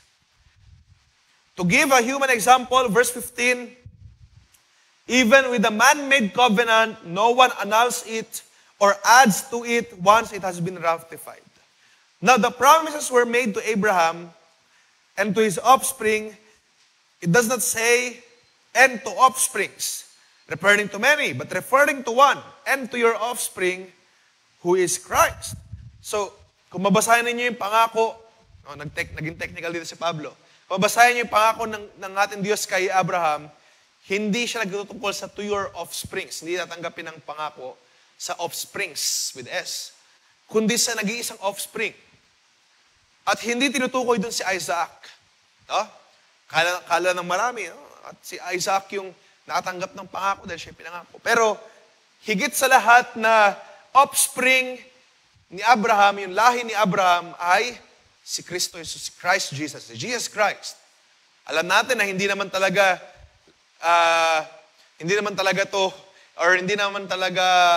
kinonceived si Jesus ni Mary at ni Joseph. Pero dumaan yung lineage, kinakailangan dumaan doon sa lineage ni Abraham hanggang sa panahon nila Joseph, nila Mary. Para ito'y maging totoo na lahat ng pangako ay mapunta doon sa offspring ni Abraham, which is Jesus Christ. At sa pamamagitan niya, tayo ngayon ay, sabi ko nga kanina, nakalaya sa kautusan. Nakalaya sa curse ng kautusan. Okay? So ito yung example. Ano? Now before faith come, verse 23, we were held captive under the law, imprisoned until the coming of faith would be revealed. And so then the law was our guardian until Christ came, in order that we might be justified by faith. But now faith has come, we are no longer under a guardian. For in Christ Jesus you are all sons of God through faith. For as many of you as were baptized into Christ have put on Christ. There's neither Jew or Greek, there's neither slave nor free, there's no male and female, you are all one in Christ Jesus. And if you are Christ, then you are Abraham's offspring, heirs according to the promise. So sa pamamagitan ni Jesus Christ, or sabihin natin muna ganito, no? Yung kautusan ay parang isang guardian, hinalimbawa ni Pablo. Para siyang isang guardian na nagtuturo sa'yo, ito yung tama, ito yung hindi tama. Yun yung kautusan. Pero nung dumating yung pananampalataya, darating yung point na yung guardian, yung magtuturo, yung caregiver, yung parents natin, darating yung panahon na ikaw yung mag-decide na para sa sarili mo. Aalis na yung guardian. At you will walk sa pananampalataya, kung sa spiritual sense, ikaw ngayon lalakad na sa pananampalataya. Kinakailangan umalis ng guardian, ng kautusan. At kinakailangan mo lumakad sa pananampalataya kung nais mong magpatuloy sa kalooban ng Diyos. That is what faith does sa atin. At sa pamamagitan ng pananampalataya na yan, there is no Jew nor Greek. Lahat tayo, basta may pananampalataya ka, lahat tayo ay na kay Kristo. At kung tayo na kay Kristo, lahi tayo ni Abraham. At kung lahi tayo ni Abraham, tayo tumanggap lahat ng pangako. Ano yung pangako? Lahat ng mabasa sa banal na kasulatan ng mga gandang pangako, tinanggap natin. Dahil tayo ay lahi ni Abraham. Okay? Another argument niya, sa Galatians chapter 4, verse 24, isa pang argument niya, sabi niya dito, these women are two covenants. One is from Mount Sinai, bearing children for slavery. She is Hagar. And now Hagar is in Mount Sinai in Arabia. She corresponds to the present Jerusalem, for she is in slavery with her children. But the Jerusalem above is free, and she is our mother. For it is written, rejoice, O barren one who does not bear. Break forth and cry aloud, you who are not in labor, for the children of desolate one will be more than those of the one who has husband. Now you, brothers, like Isaac, are children of promise. But just as at the time he who was born according to the flesh persecuted him who was born according to the Spirit, so also it is now. But what does the Scripture say? Cast out the slave woman and her son, for the son of the slave woman shall not inherit with the son of the free woman. So another argument ni Pablo is, hinalintulad niya yung kautusan or yung mga anak sa kautusan sa dalawang asawa ni Abraham. Si Hagar, at si Sarah. Okay? So yung mga under the law, yung under ng kautusan, they persecute Kasi kinakailangan gawin natin ito, kinakailangan gawin natin yan. Ito yung kinakailangan para maligtas. Pero sila na mga anak sa pangako, bagaman sila dadanas ng mga persecutions, sabi dito, darating yung panahon na matapos yun. Darating yung panahon na lilipas yung mga persecutions. At ikaw ngayon ay maiging malaya na katulad ng sabi sa verse 26, the Jerusalem above is free at yun yung ating nanay. So pinalintulad niya yung parang dalawang distinction. Yung mga pumipilit sa kautusan, para sa lang si Hagar na pilit ng ganito, pinapersecute yung mga anak sa pangako, which is Isaac. Pero huwag kayong mag-alala kung makaranas kayo ng persecution, sabi ni Pablo, sabi ng mga kasulatan, fear not, sabi ni Jesus, for I have overcome the world. At sa pamagitan nun, sa pag-overcome natin, Panginoong Kristo Jesus sa mundong ito, chapter 5, verse 1 ng Galatians, for freedom, Christ has set us free. Stand firm, therefore, and do not submit again to a yoke of slavery. Okay? Pinalaya tayo ng ating Panginoong Kristo Jesus. So doon na natapos yung mga arguments. Ito na yung patapos na ito, pa-closing na siya. Tayo ngayon pinalaya ng ating Panginoong Kristo Jesus. So, stand firm. At wag na tayo magpaalipin pa, wag na tayo magpasubmit pa sa pagkakaalipin. At mga kabataan, dito din nilagay ni Pablo sa chapter 5, verse 13, yung summary ng kautusan, hindi na i-gets ng mga Hudyong ito. Kasi pilit sila ng pilit na gawin yung kautusan ni Moses, gawin yung kautusan, kapag ka hindi nyo ginawa, hindi kayo maliligtas. At pine-persecute nila yung mga, sila Pablo. Binabato, pinapahirapan. Pero sabi sa verse 13, hindi nila na-gets na you were called to the freedom, brothers. Only do not use your freedom as an opportunity for the flesh, but through love serve one another. For the whole law is fulfilled in one word. You shall love your neighbor as yourself. Isa pang account sa Matthew, chapter 22, sa verse 37, sabi doon, and he said to him, si Jesus mismo, you shall love the Lord your God and with all your heart and with all your soul and with all your might. This is the great and first commandment. And the second is like it. You shall love your neighbor as yourself. On these two commandments depend all the law and the prophets. Ibig sabihin, yung kautusan, ang gusto lang amang nun sabihin, love God and love the people. Okay? Yun yung gusto sabihin ng kautusan. Pero yung mga taong ito, hindi nila naigets. Gusto na lang usigin yung mga tao na hindi gumagawa ng kautusan. Gusto na lang pahirapan yung mga taong hindi gumagawa ng kautusan. Which in turn, ay hindi nila pinapakita yung tunay nilang pag-ibig sa Diyos. Kaya sabi ni Pablo, mas-summarize na naman yung kautusan dito. You shall love your neighbor as yourself. So yun yung kautusan. Nagagawa pa rin natin yun. You shall love your neighbor as yourself. Hindi ibig sabihin na tayo na sa pananampalataya na hindi natin ina-apply yung kautusan. Sapagkat sa pamagitan ng pananampalataya, yung kautusan ay naisulat sa ating mga puso. Yun yung ginagawa ng pananampalataya. At sa pamagitan ng kalayaan na yan, which we have in Christ, sa pamagitan ng pananampalataya, no?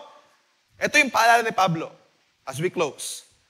Paalala ni Pablo ay ito, verse 16, but I say, walk in the Spirit, and you will not gratify the desires of the flesh. For the desires of the flesh are against the Spirit, and the desires of the Spirit are against the flesh. For these are opposed to each other, to keep you from doing the things you want to do. But if you are led by the Spirit, you are not under the law. Ito yung masahin, ano?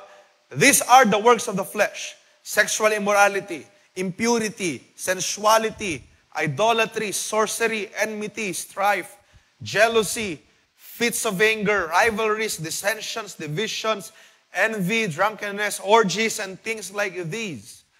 I warn you as I warned you before that those who do such things will not inherit the kingdom of God. Diretsahan na. They will not inherit the kingdom of God. Ito yung mga gawa ng laman.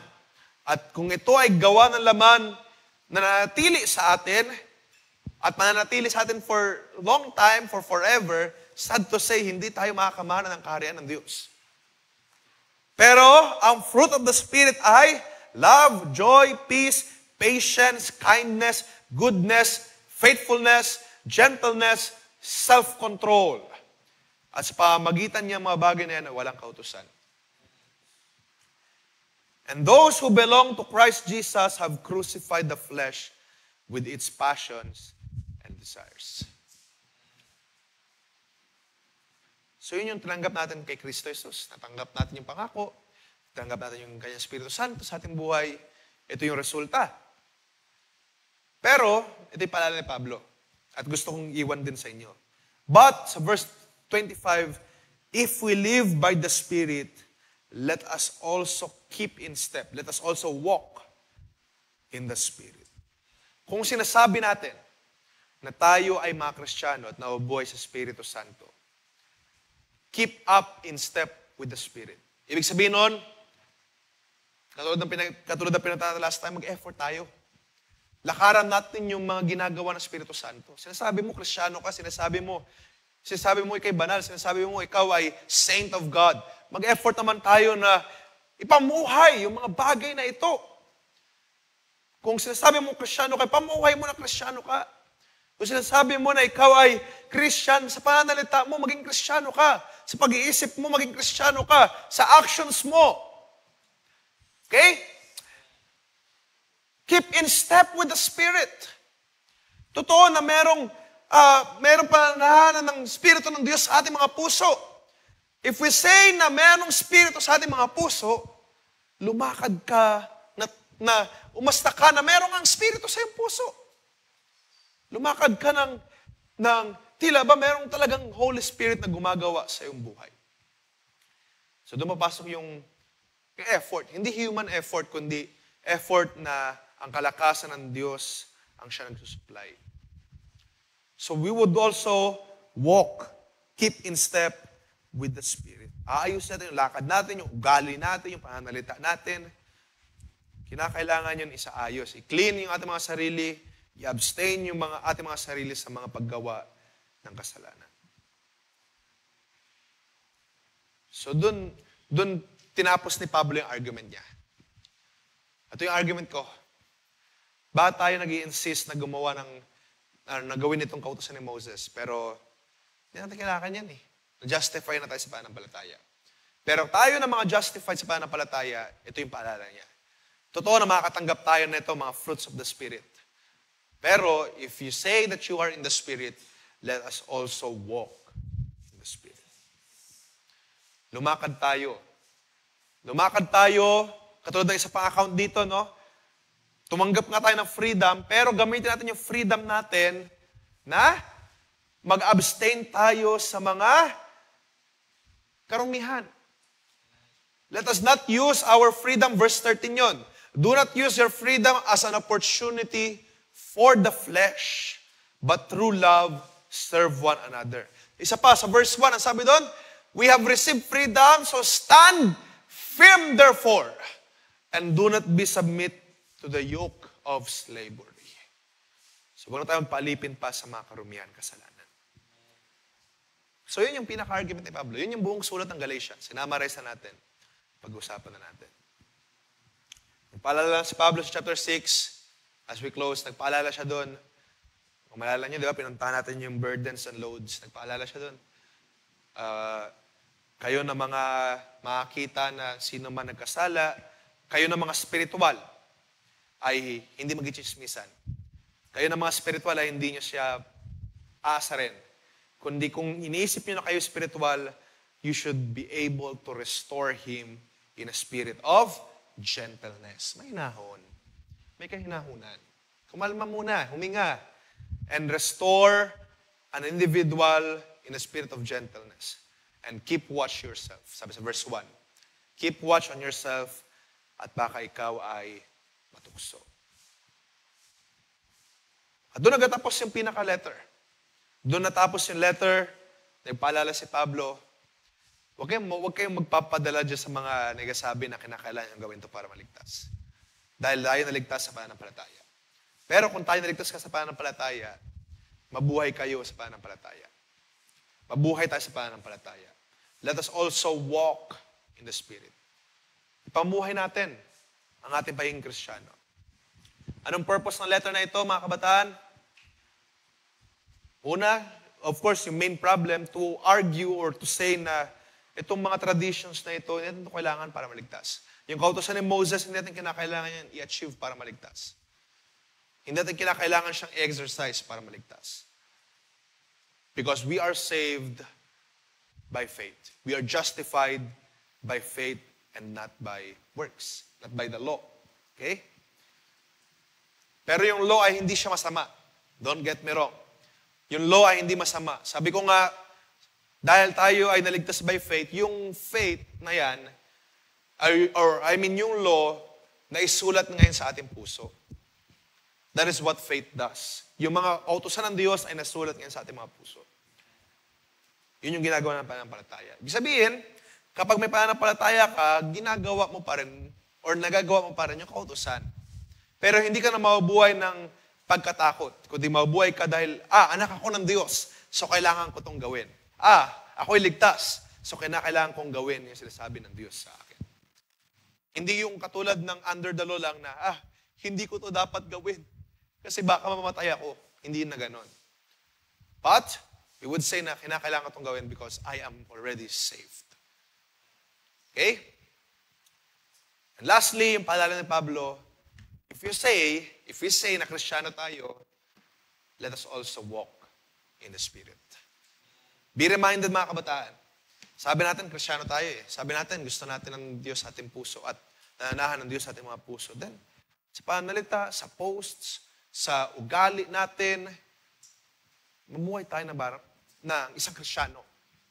Makita sa'yo na Kristiyano ka. Hindi yung kailangan mo pang sabihin, kundi sa gawa mo, sa salita mo, sa buhay mo, even sa pananamit, sa attitude natin, mamuhay ka na isang Kristiyano.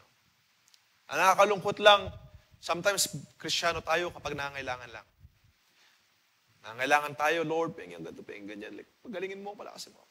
Pero kapag when it comes sa pamumuhay na, hindi na tayo Kristiyano, kinakaya na natin. You see? Applicable pa rin sa ating panahon ngayon. Paalala ni Pablo. If we say that we live in the Spirit, let us also walk in the Spirit. Purihin ang Diyos sa mga salitang ito natin nabasa. So bagaman medyo mabilis lang yung pagbabasa, pero naniniwala ko nakita natin at naiintindihan natin mga bagay na ito. Sa sulat ni Pablo sa Church ng Galatia. Tayo muko, panandali at manalangin. Dakila namin Diyos, sa mga sandaling ito nagpapasalamat kami sa iyong mga salita. Salamat kami o Diyos sa pagtuturo, pagtutuwid, pag-encourage, pagpapalakas, pagsasaway. At nagpapasalamat kami o Diyos na nandiyan ka upang i-equip pa kami sa pananampalataya. Turuan pa kami, Lord. Palaguin pa kami. At hindi mo inahayaan na kami manatili na malayo sa iyo, nariyan ang iyong salita na sagana, umaapaw para sa aming mga pangailangan. Pagpalain mo mga kabataang ito at bayan ang bawat salita mo ay may apply ng bawat isa, magamit, ikatutupay kay tibay pananampalataya.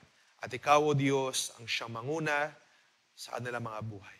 Pagpalain mo sila, O Diyos, at sa iyo lamang may sauli, lahat ng papuri, pagdakila, pasalamat. Sa tayong pangalan ng Kristo Jesus. Amen and amen. Maaari ba natin palapakan natin, Panginoon? God bless you, Brother Sam. Mabalik mo sa ating MC.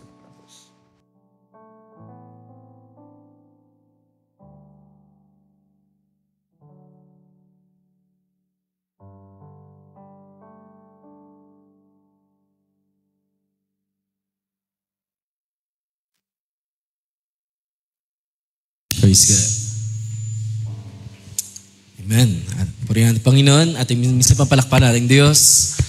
Hallelujah. Sa gabing ito, sino mga pinagpala natin Panginoon? Amen. May mga inabot ba sa gabing ito? Salamat sa Diyos sa kanyang patuloy na pagtuturo pa sa atin. Hallelujah.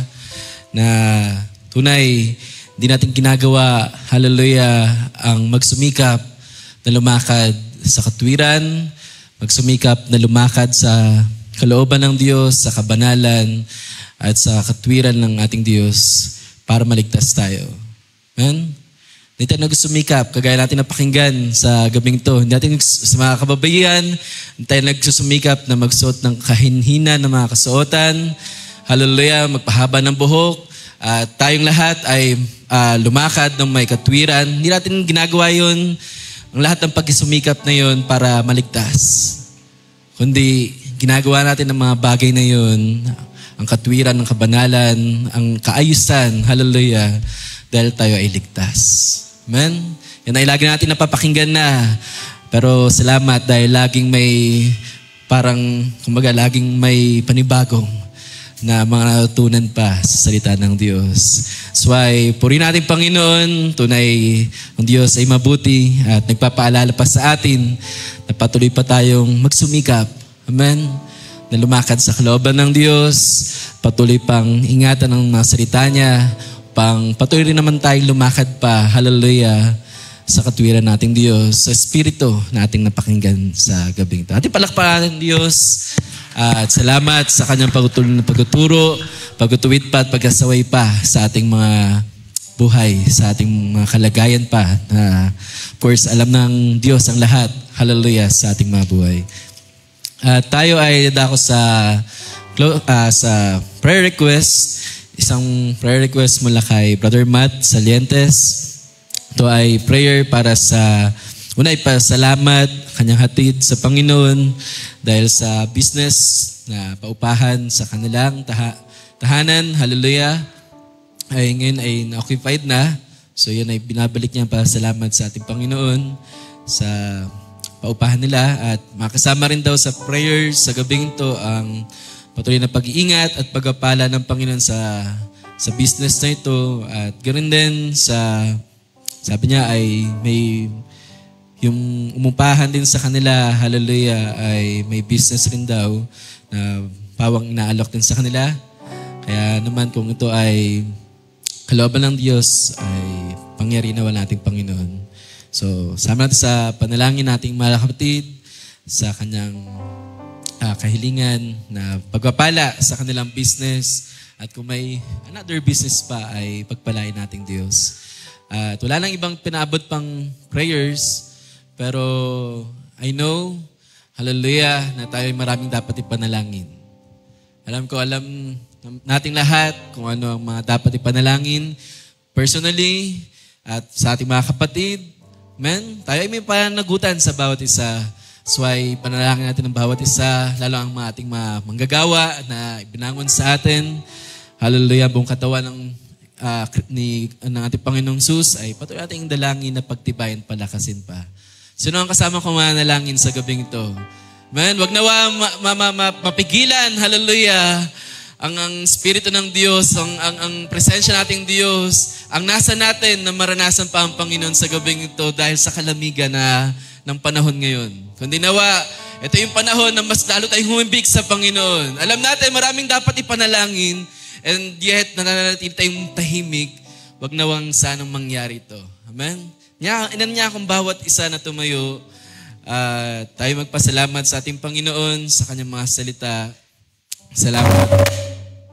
Salamat sa ating Diyos na mabuti. Hallelujah. Awitin natin sa ating pagkatapos. Hallelujah. Awit ang sabing, I want to know you more. Kagaya ni Paul, kagaya na nabanggit kanina, even Paul ay dumating din sa kalagayan. Hallelujah. Na of course, siya ay makasalanan.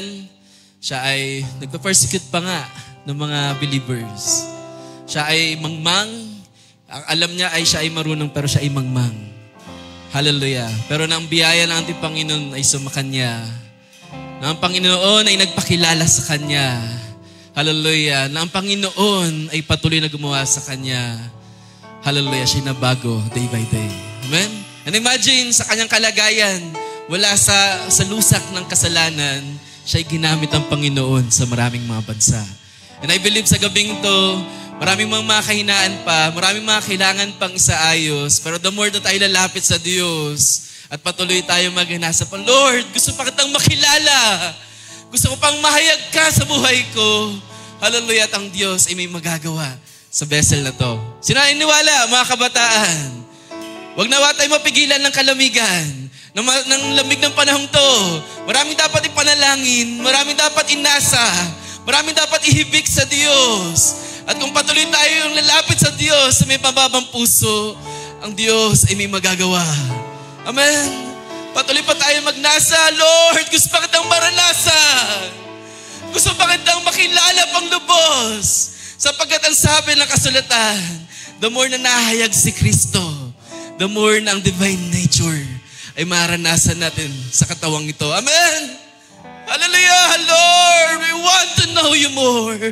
Awitin natin na may pananampalataya, mga kabataan.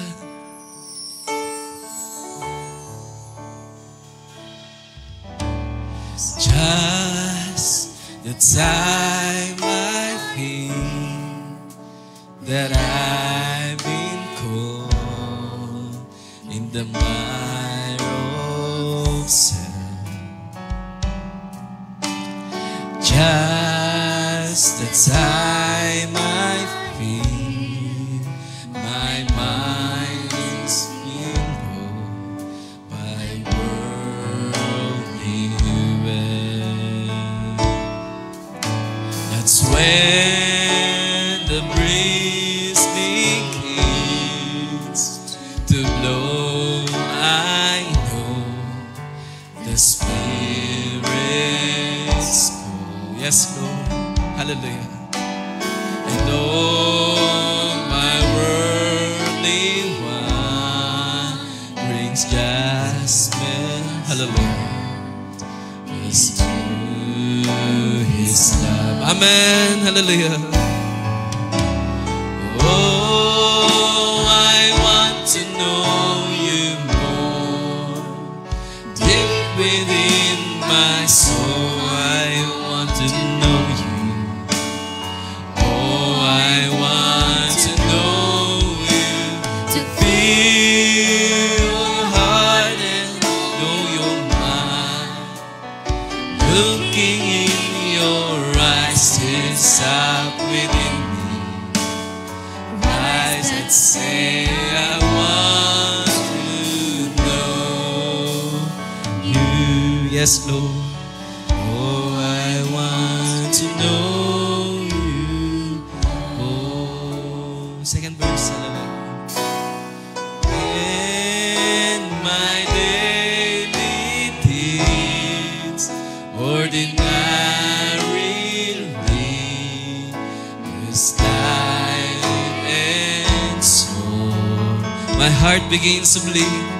My heart begins to bleed. Sensitivity to Him is God. Hallelujah. I run the race, but set my own. Hallelujah. Oh, hallelujah. Sad and soul. Now the gentle. Now the gentle. Hallelujah. Now sing the song. Hallelujah. Oh, patuloy natin purihin natin, Panginoon. Patuloy natin nasahin pa, Lord.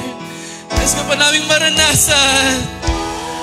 Nais ka pa namin makilala. Hallelujah. Upang aming mga buhay patuloy na magbago. Upang kami, Lord, patuloy na lumakad. Hallelujah. Hindi sa laman, kundi sa iyong Espiritu. Hallelujah. Oh, heart and know your mind. Looking in your eyes, tears up within me. Oh, hallelujah. Isang pa, hallelujah. Awitin natin muli. Lord, I want to know you more.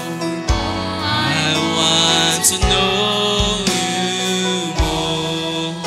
I want to know you more. Deep within my soul, I want to know you. Yes, Lord. Oh, patuloy mo pang iiyagin yung sarili, Panginoon. Patuloy pa kaming baguhin ang iyong kaluwalhatian. Hallelujah. Oh, pangyarihin mo, Diyos. Hallelujah, hallelujah.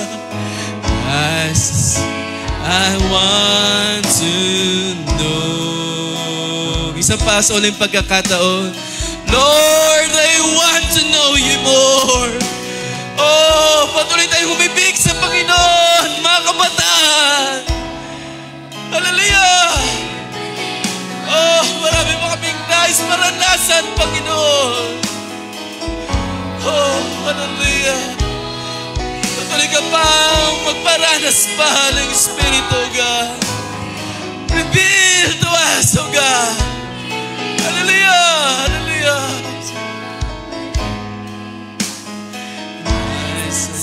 I want to know you. Oh, I want to know you. Oh.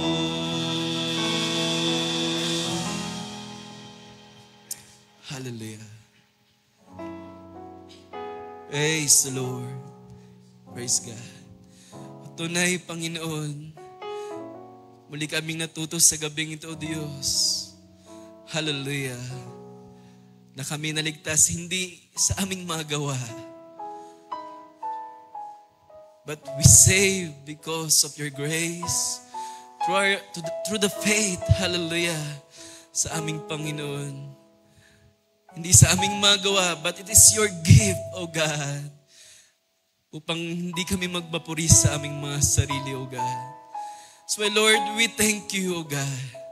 Sapagat Lord, kung wala ang biyayang ito, wala ang pag-ibig mo sa amin, Panginoon, kailan may hindi kami makakatayo sa iyong harapan, O Diyos. Wala kaming tinig marahil sa mga oras ito, tinig ng papasalamat, tinig ng pagpupuri, sapagkat ikaw ay aming naranasan, sapagkat may Diyos na nahabag sa aming mga kalagayan. O Lord, hindi namin magagawa ang lahat ng ito, O Diyos, kung hindi ang Diyos ay nahabag sa amin. Kundi ikaw ang unang gumawa, unang umibig sa amin na hindi ka ibig-ibig, O Lord. You know our conditions before the foundation of the world, O God. We thank you, Lord, sapagat hindi mo kami tinignan sa aming mga kahinaan. Hindi mo kami tinignan sa aming mga mapangit na kalagayan. Kundi Lord, tinignan mo kami ng may pag-ibig, O God. Tinignan mo kami ng iyong biyaya, hallelujah, na masagana. That's why, O Lord, we cry out, Abba, Father, hallelujah. Sapagkat tunay, hindi namin magagawa magpuri, hindi namin magawang umawit ng pasalamat sa iyo, ni maglingkod sa bawat araw, magtiis, magpagal sa iyong pangalan, kung hindi ikaw ang Diyos na gumagawa sa amin. Hindi namin magagawang magpatuloy sa masamang panahong ito, sa bulok na katawan nito, God, kung hindi ikaw na Diyos ang gumagawa sa aming mga buhay. Kagaya ng awitin, Panginoon, hindi namin magagawa magpatuloy kung hindi dahil sa iyong biyaya, Panginoon. Oh Lord, alam mo, hallelujah, na kami maraming beses nang nadapa sa paglilingkod. Hallelujah. Pero Lord, salamat, sapagkat ikaw ang siyang lagi nagbabangon sa amin. Ikaw ang lagi nagtatayo. Ikaw ang lagi nagtuturo pa ng mga bagay na hindi pa namin lubos na naunawaan. And Lord, kagaya ng namin sa pagtatapos, so Lord, we want to know you more, O God. Patuloy mo pang ihayag ang iyong sarili sa iyong iglesia, sa mga kabataang ito, sa bawat isa. Hallelujah. Upang patuloy kami, Lord, magbago sa iyong kalawalatian. The more, Lord, nare-reveal ang iyong sarili sa amin, O God. Ito'y salita mo. The more we grow in grace and in the knowledge of our Lord Jesus. Lord, kami patuloy na nababago sa bawat araw. That's why, Lord, we want to know you more, O God. At patuloy, O God, na makalakad pa. Hindi isa lamang ito, O God. Kundi sa Espiritu kung saan makakuha ka ng kapurihan.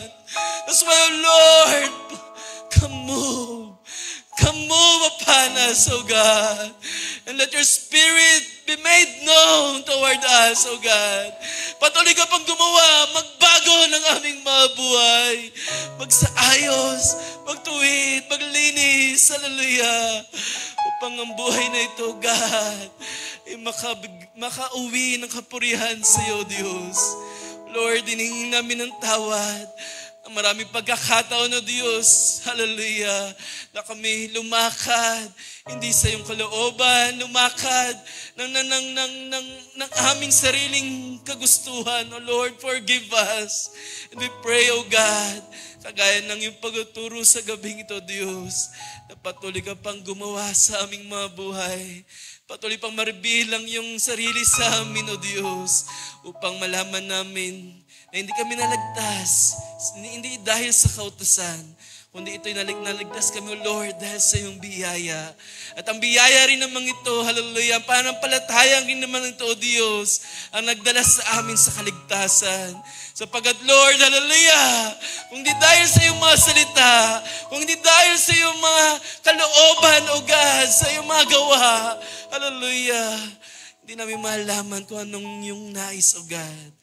So, Lord, salamat sa iyong pagtuturo pa. And may your words, hallelujah, ang patuloy pang magdala sa amin sa kasakdalan, O God. Upang ang aming mga buhay ay patuloy pang magbago, O God. Tulungan mo kami, O Diyos, hallelujah. Hindi aming sayangin, hallelujah, ang biyayang ito, hallelujah. Kundi ang biyayang ring ito, Lord, ang siyang magdala sa amin sa pagbabagong lubos, O God. Lord, nalaman mo ang bawat kondisyon, bawat pangailangan ng bawat isa. Mula sa mga kabataang ito, hanggang sa iyong mga lingkod ng mga ibinawan tinayo, sa buong iglesyang ito, God, sa buong katawan mo, God. Lord, nalaman mo ang bawat pangailangan, ang bawat kakulangan pa, O God. So, Lord, we pray, hallelujah, na patuloy ka pang gumawa ayon sa pangailangan ng iglesia, O Diyos. Nawa, O Lord, hallelujah, patuloy pa kaming magsaayos pa, magkaroon ng isang pananampalataya, isang pag-ibig, isang pag-asa na nagmumula sa iyo, O Diyos. Tulungan mo ang bawat isa, O Lord. Sapagkat, O God, sa aming mga sarili, wala kaming magagawa. Ngunit, Lord, sa tulong mo, sa kalakasan mo, O God, kami may magagawa. Hallelujah.